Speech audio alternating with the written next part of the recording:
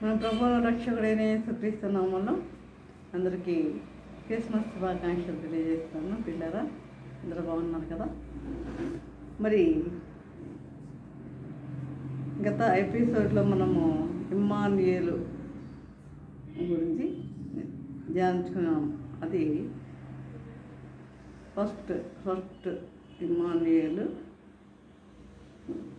అది part 1. Part 2 గురించి మనము ధ్యానించుకున్నాం. ముందు నేను ప్రార్థన చేసుకున్నాం. పరిశుద్ధుడ ప్రేమగల తండ్రి, నీ పరిశుద్ధ పరమస్తోత్రం దేవా ప్రభా. తండ్రి దోపమైన ప్రభా దేవా, మరి మా సజీవుల గురించిన విధానం బట్టి నాయన మీకు వందనం తెలియజేసుకుంటున్నాము దేవా. తండ్రి వాక్యం మేము ధ్యానించుకుంటుండగా మీరు మాతో ఉండండి, మాతో ఉండి నడిపించండి నాయన ప్రభా. ప్రతి ఒక్కరి తండ్రి వినగల జీవన గ్రహించగల మనసును వాక్యానుసారంగా జీవితం దయచేయమని మా ప్రభు వేసిన బ్రతమాలు మీరు అమ్మగా పడుకుంటున్నాము తండ్రి. ఆమె ఇమ్మానుయేలు అంటే ఏం చెప్పుకున్నాం?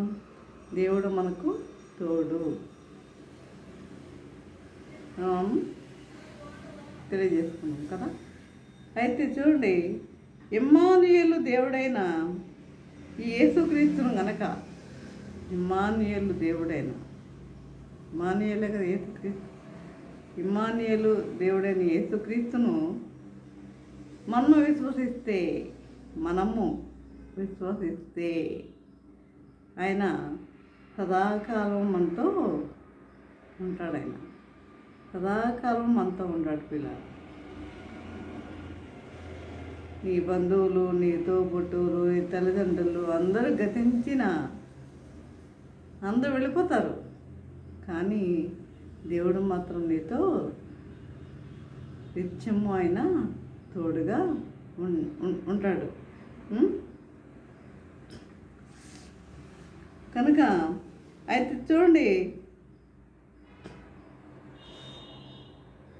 మరి మనము ఆయన విశ్వసిస్తున్నామా?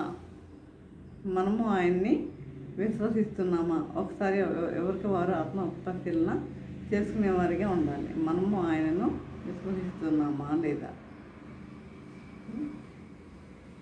నీవు చూస్తున్న ఈ భూమి ఆకాశం, మనం చూస్తున్నామే, ఈ భూమి ఆకాశం నిత్యం ఉండేవి కాదు, గతించిపోతాయి. అవి కూడా గతించిపోతాయి పిల్లలు, గతించిపోతున్నాయి. అయితే ఆయన యందు విశ్వసించేవారు కొత్త ఆకాశమును కొత్త భూమిని, ఆయన యందు విశ్వాసం కలిగిన వారు కొత్త ఆకాశాన్ని కొత్త భూమిని కూడా చూస్తారు. ఈ ఇమ్మానుయేలు దేవుడే, అప్పుడు కూడా దేవుడే నీకు తోడుగా ఉంటాడు. ఈ ఇమ్మానుయేలు దేవుడే అప్పుడు కూడా నీకు తోడుగా ఉంటాడు. అప్పుడు కూడా నీకు తోడుగా ఉంటాడు. చూడండి, ప్రకటన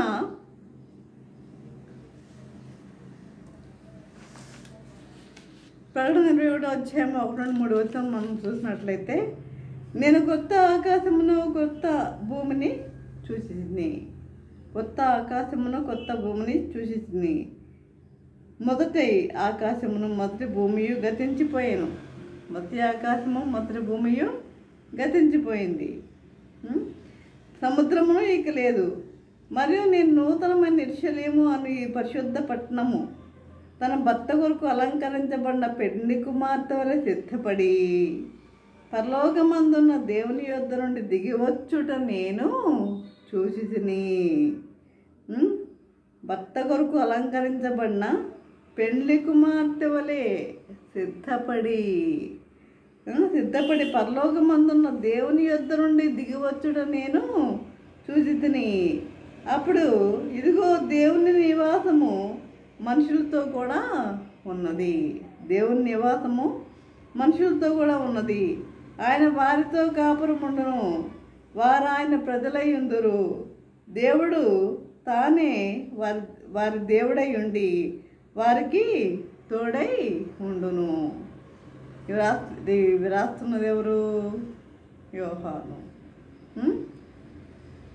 ప్రకటన గ్రంథము రాసింది ఎవరు? యోహాను కదా. కాబట్టి ఈ ఆకాశం ఇప్పుడు మనమున్న భూమి ఆకాశం అన్నీ కూడా గతించిపోతాయి.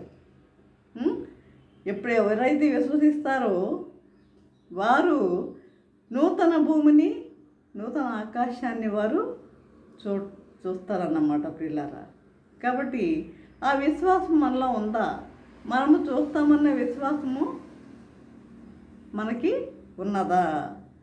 నూతన ఆకాశం, నూతన భూమిని చూస్తామన్న విశ్వాసము మనకి ఉన్నదా? ఒక్కసారి పరిశీలన చేసుకునేవారిగా ఉందాం.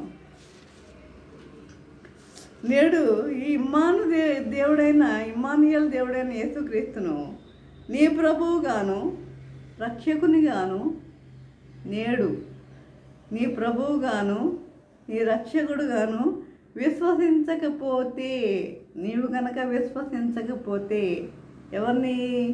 ఇమ్మానుయేలు దేవుడైన యేసుక్రీస్తుని నీవు కనుక విశ్వసించకపోతే రేపు ఆ నిత్యత్వములో ఆయన నీకు దేవుడుగాను ఇమ్మానుయేలుగాను తోడై ఉండలేడు. నిత్యత్వము మనం ఎదురు చూసే దేని కొరకు? నిత్యత్వం కొరకే మనం ఎదురు చూస్తున్నాం. ఇది ఏం శాశ్వతం కాదండి. ఈ లోకం ఏది శాశ్వతం కాదు, ఎవరికి శాశ్వతం కాదు. అందరూ ఇవన్నీ విడిచిపెట్టి వెళ్ళవలసిందే ఒకరోజు. మనకి ప్రతి ఒక్కరికి ఒక్కొక్క రోజు దేవుడు నిర్ణయించి ఉంటాడు. చూడు, చాలామంది బర్త్డేస్ జరుపుకుంటూ ఉంటారు. అంటే ఏంటి? బర్త్డేస్ జరుపుకుంటున్నామంటే ఏంటి? ఒక రోజు మన జీవితంలో గడిచిపోయిందనమాట. అంటే మనము మరణానికి వెళుతున్నామన్న అర్థం. బర్త్డేస్ జరుపుకుంటున్నామంటే అంటే మన జీవితంలో ఒక సంవత్సరము గతించిపోయింది. కాబట్టి ప్రియులారా, మనం ఏం చేయాలి? ఇమ్మానుయేలు దేవుడని యేసుక్రీస్తుని మనము విశ్వసించకపోతే రేపు ఆ నిత్యత్వంలో నీకు స్థానం అనేది ఉండదు. ఆయన నీకు దేవుడుగాను ఇమ్మానుయేలుగాను తోడై ఉండలేడు. కాబట్టి మీరు విశ్వసిస్తున్నారా? ఇప్పటికైనా విశ్వసిస్తున్నారా? ఆయన్ని, ప్రభువుని మీరు విశ్వసిస్తున్నారా? మీకు నిత్యత్వం మీకు కావాలా? లేకపోతే ఇదే శాశ్వతము, ఇదే జీవితం అని అనుకుంటున్నారా? నిత్యత్వం మీకు కావాలా అనుకున్నవారు తప్పనిసరిగా ప్రభువుని మనము విశ్వసించే వారిగా ఉండాలి ప్రియులారా. చూడండి, బైబిల్ గ్రంథంలో మనం చూసినట్టయితే క్రిస్మస్ బాలుడు, ఇప్పుడు మనము క్రిస్మస్లో మనము ప్రభుని ఎలా చూస్తాం? బాలుడుగా చూస్తాం.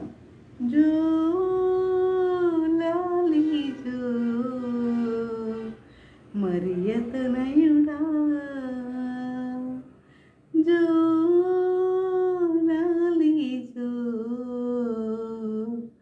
మహిమరూపుడా అంటే ఒక బాలుడుగా చూస్తున్నాం ఈ క్రిస్మస్లో ప్రభువుని. ఆయన ఎంతకాలము ఎప్పటి నుంచో ఆయన సృష్టి జగత్తు పునాది వేయబడక ముందే ఆయన ఉన్నాడు ఈ లోకంలో. ఎవరు లేక ముందే ఆయన ఉన్నాడు. సృష్టి కూడా లేక ముందే ఆయన ఉన్నాడు ఇక్కడ. ఇప్పుడు క్రిస్మస్ బాలుని వెతుక్కుంటూ వచ్చారు ఎవరు? తూర్పు దేశపు జ్ఞానులు. ఆయనను గురించి ఏమని సంబోధించారు వాళ్ళు? ఏమని అడిగారు? యూదుల రాజుగా పుట్టినవాడు ఎక్కడ ఉన్నాడు అన్నారా? యూదుల రాజుగా పుట్టినవాడు ఎక్కడ ఉన్నాడు? కనుక ఎంతో సుదీర్ఘ ప్రయాణం చేసి వచ్చారు వాళ్ళు.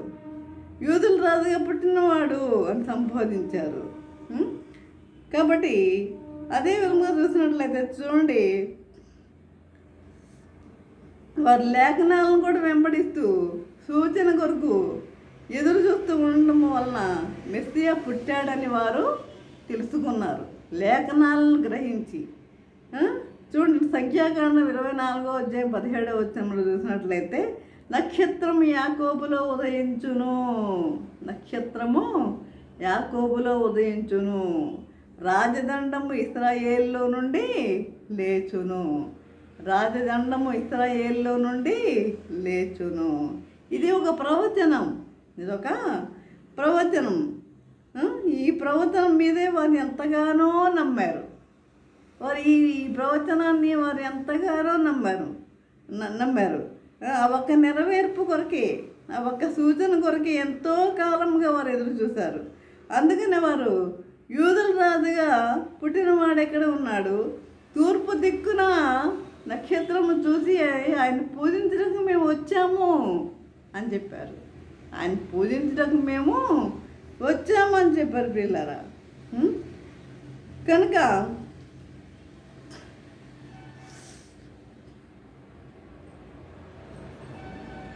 ఆయన రాజే ఉండి, ఆయన రాజే, రాజులకు రాజు, ప్రభులకు ప్రభు. మత్తయి సువార్త 2:2 చూసినట్లయితే ఆయన రాజే ఉండి తన రాజ్యాన్ని విడిచిపెట్టి రిక్తునిగా ఈ లోకానికి వచ్చాడు, రిక్తునిగా ఈ లోకానికి వచ్చాడు. ఆయన తన ప్రసంగాల్లో దేవుని రాజ్యం గురించి ఎక్కువగా సంబోధించేవారు. ఆయన తన ప్రసంగాల్లో మరి ఆయన అనేకమైన ఉపమానాలు తెలియజేశారు. సువార్తల్లో మనం చూసినట్లయితే మరి ఆయన ప్రసంగాల్లో ఆయన ఎక్కువగా రాజును గురించి ఎక్కువగా ఆ రాజ్యం గురించి ఎక్కువగా సంబోధించినట్లుగా మనము చూస్తున్నాం. కాబట్టి మత్తయి సువార్త 4:17 ఏమంటున్నాడు, పరలోక రాజ్యము సమీపించి ఉన్నది, పరలోక రాజ్యము సమీపించి ఉన్నది కనుక మారు మనసు పొందండి, మారు మనసు పొందండి, మారు మనసు పొందండి, మీ మనసు మార్చుకోండి, మారు మనసు పొందండి అని ప్రకటింప మొదలుపెట్టాడు. అని దేవుని రాజ్యం గురించి అనేక ఉపమానాలు చెప్పారు. ఆయన అనేకమైన ఉపమానాలు ఆయన తెలియజేశాడు. సువార్తలన్నింటిలో మీరు చూసినట్లయితే అనేకమైన ఉపమానాలు ఆయన తెలియజేశారు. చూడండి, మత్తయి సువార్త 27:11 చూసినట్లయితే, యూదుల రాజు నీవేనా అని ఎవరు ప్రశ్నించారు? పిలాతు. పిలాతు ప్రశ్నించినప్పుడు అతను చూసి నీవన్నట్టే, నీవన్నట్టే, నీవన్నట్టే అని సమాధానం ఇచ్చాడు. చివరికి ఆయన శిలువ మీద వేలాడబడినప్పుడు కూడా వ్రాయబడిన పై విలాసం ఏంటి? పై విలాసం యూదుల రాజైన నజరేయుడగు యేసు, యూదుల రాజైన నజరేయుడగు యేసు. ఆయన పుట్టినప్పుడు రాజే, ఆయన ఇక జీవించినప్పుడు రాజే, ఆయన మరణించినప్పుడు రాజే, ఆయన వచ్చేటప్పుడు కూడా రాజే, ఆయన తిరిగి వచ్చేటప్పుడు కూడా ఆయన రాజే.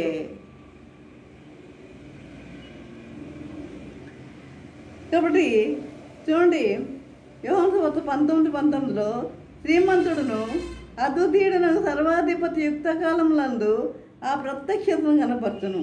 ఆ సర్వాధిపతి రాజులకు రాజును ప్రభువులకు ప్రభువునై ఉన్నాడు. కనుక నీ జీవితానికి రాజుగా చేసుకోవడానికి ఇంకెంతకాలం పడుతుంది? ఆయన్ని నీవు రాజుగా చేసుకోవాలంటే, ఆయన్ని నీ రాజుగా చేసుకోవాలంటే ఇంకెంతకాలం పడుతుంది? చిన్న ఎగ్జాంపుల్ ఏంటంటే, ఓ రాజుగారు అందరికీ ప్రకటించారు ఏంటంటే, ఎవరైతే వచ్చి ముందుగా మీకు ఏది ఇష్టమో అది అడిగితే నేను తప్పనిసరిగా ఇస్తాను అని చెప్పాడు. మీరు ఏది అడిగితే అది ఇస్తాను అన్నాడు. అందరూ వారికి కావాల్సినవన్నీ అడిగారు. వాళ్ళకి కావాల్సినవన్నీ అడిగారు. కానీ తన దగ్గర పనిచేసే ఆ ముఖ్యమంత్రి మాత్రము ఏమీ అడగట్లా. తన పక్కన ఉండే ఆయన మాత్రము ఏమీ కూడా అడగట్లా. అది కూడా లేట్గా వచ్చాడు ఆయన లేట్గా వచ్చాడు. మరి ఏంటి, అందరూ వారికి కావాల్సినవన్నీ అడిగి తీసుకెళ్ళిపోయారు. వారికి కావాల్సినవన్నీ అడిగి తీసుకెళ్ళిపోతున్నారు కదా, మరి నువ్వేంటి లేట్గా వచ్చావు, నీకేం అవసరం లేదా అన్నాడు. నాకెందుకు రాజా, నువ్వే నా దగ్గర ఉంటే, నాతో ఉంటే నాకు దేనికి, నువ్వు ఉంటే చాలు కదా నాకు అన్నాడు. చూసారా, మనకి ఏం అవసరంలా, ప్రభు మన దగ్గర ఉంటే చాలు, ప్రభు మనవాడైతే చాలు, ప్రభు అని మనం విశ్వసిస్తే చాలు, ప్రభు మనవాడైతే చాలు. ఆ విధముగా జీవించండి, మీకు కావాల్సినవన్నీ కూడా దేవుడు అనుగ్రహిస్తాడు. మీకు కావాల్సినవన్నీ కూడా దేవుడు ఇవ్వడానికి సిద్ధముగా ఉన్నాడు.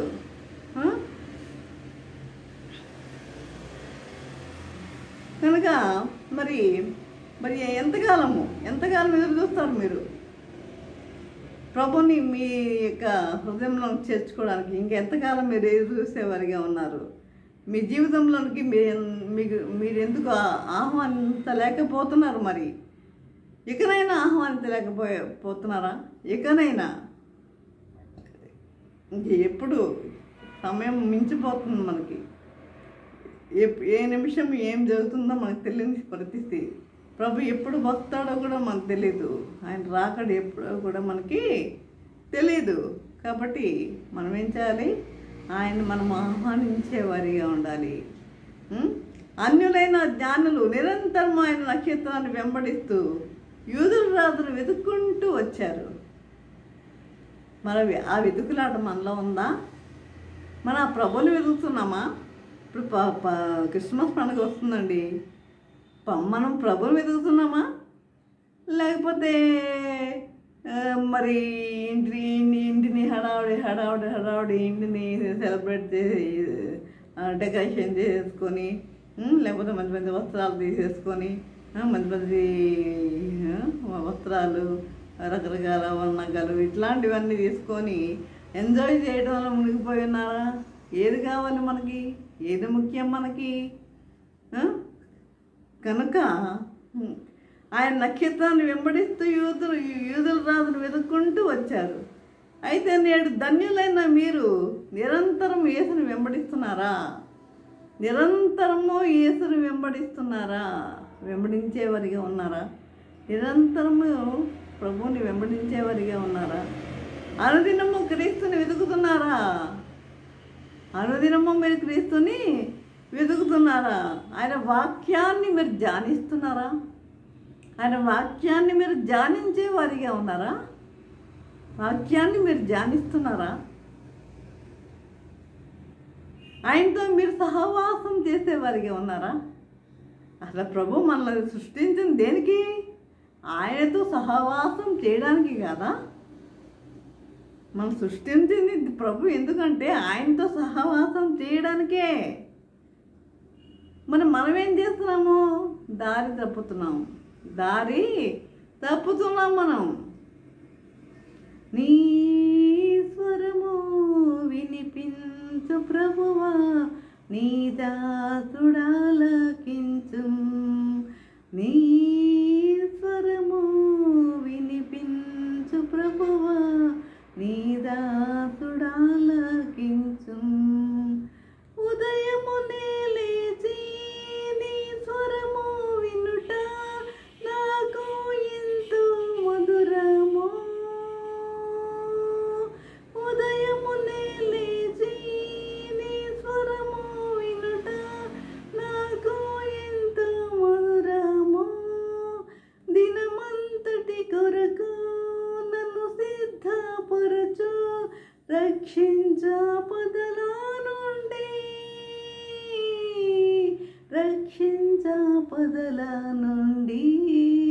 నీ స్వరము వినిపించు ప్రభువా, నీ దాసుడాలకించు. స్వరాన్ని ఆలకించే వారిగా ఉండండి. ఉదయమునే లేచి ఆయన స్వరాన్ని ఆలకించే వారిగా ఉండండి. ఆయన వెదికే వారిగా ఉండండి. ఆయనతో సహవాసం చేసేవారిగా ఉండండి. ఆయన వాక్యాన్ని ధ్యానించే వారిగా ఉండండి. ప్రియులారా, ప్రభు కోరుకుంటుంది ఇదే. కాబట్టి ఈ విధంగా జీవించాలని ఆయన యొక్క కోరిక, తన బిడ్డలు తన దగ్గరికి రావాలని ఆయన యొక్క కోరిక. ప్రియులారా, ఆ విధంగా జీవించటకు పరిశుద్ధాత్మను సహాయం చేసి నడిపించను గాక. ఆమేన్. నేను ప్రార్థన చేసుకుందాం. పరిశుద్ధుడ, ప్రేమగల తండ్రి, నీ పరిశుద్ధ పాదముస్తోత్రం దేవా. ప్రభా తండ్రి, ఇంతవరకు ప్రభా నీ వాక్యం ద్వారా తండ్రి మాతో మాట్లాడిన విధాన్ని బట్టి నాయన మీకు వందనం తెలియజేసుకుంటున్నాం తండ్రి. తండ్రి నాయన, మరి ఎంతమంది అయితే ప్రభా వాక్యం విన్నారు ప్రభా, ప్రతి ఒక్కరిని జ్ఞాపకం చేసుకున్నాను ప్రభా. తండ్రి, వారు ఏక వాక్యంను తండ్రి నెమరవేసుకున్నాను ప్రభా. మరి వాక్యానుసారంగా వారు జీవించడానికి నీకు అనుగ్రహించమని వేడుకుంటున్నాం నాయన ప్రభా. ప్రతి ఒక్కరిలో మార్పు కలుగజేయండి నాయన ప్రభా. ఈ క్రిస్మస్ సందర్భంగా అనేక మంది మారుటకు, అనేక మంది నీ బిడ్డలుగా జీవించటకు నీ కృప అనుగ్రహించమని నజరేయుడైన యేసునామములో మరి వినమ్ముగా వేడుకుంటున్నాము తండ్రి. ఆమేన్. తండ్రి అయిన దేవుని ప్రేమయు, కుమారుడైన యేసుక్రీస్తు కృపయు, పరిశుద్ధాత్మక అన్యోన్య సహవాసము సకల దీవెనలు సదాకాలము ప్రభా. తండ్రి, ఎంతమంది అయితే ప్రభా వాక్యం విని ఉన్నారో ప్రతి ఒక్కరికి తోడు నిలిచి ఉండను గాక. ఆమేన్, ఆమేన్, ఆమేన్.